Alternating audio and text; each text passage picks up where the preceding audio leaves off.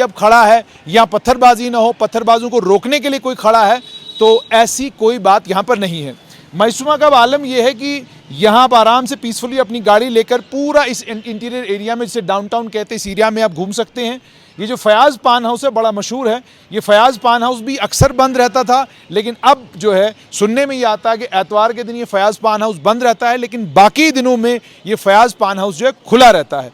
दूसरी सबसे इम्पॉर्टेंट बात जो मैंने आप तक यहाँ इस मैसूमा से पहुँचानी थी वो ये कि ये मैसूमा एक समय, एक वक्त में अलगाववादियों का खेमा भी हुआ करता था। लेकिन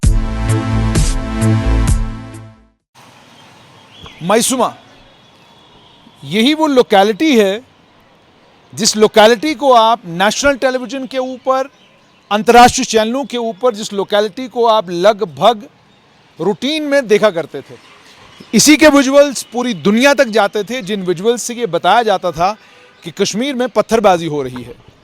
और इस लोकेलिटी में जो काम करने वाले दुकानदार हैं, उनसे जब आप बात करते तो उनके लिए अपना काम करना, कारोबार करना ज़रा मुश्किल काम था। मुश्किल इसलिए था क्योंकि ये एरिया पूरा डिस्टर्ब रहता था और डिस्टर्बेंस के कारण यहाँ पर दुकानें ज़्यादातर बंद रहती थी। लेकिन अब पिछले लगभग 5 सालों में और ख़ासकर पिछले 3 सालों में ये बदलाव आया है कि अब ये जो यहाँ पर आप फ़ौज के जवान खड़े देख रहे हैं, इधर भी आपको जो है फ़ौज के जवान खड़े मिलेंगे।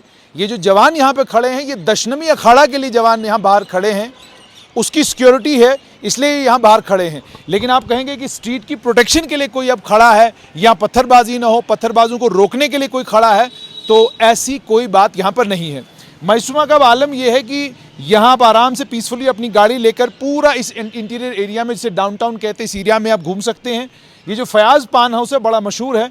ये फयाज़ पान हाउस भी अक्सर बंद रहता था, लेकिन अब जो है सुनने में ये आता है कि एतवार के दिन ये फयाज़ पान हाउस बंद रहता है, लेकिन बाकी दिनों में ये फयाज़ पान हाउस जो है खुला रहता है।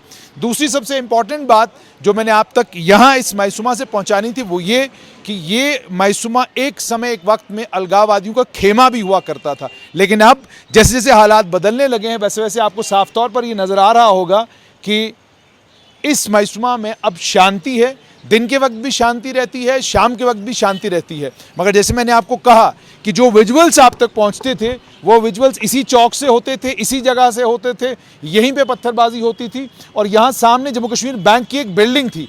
इस बिल्डिंग के शीशे कई बार टूटे। सिर्फ इस बिल्डिंग के शीशे नहीं टूटे, बल्कि ये जो सामने वाली बिल्डिंग है, इन बिल्डिंगों के भी शीशे लगातार टूटते रहते थे।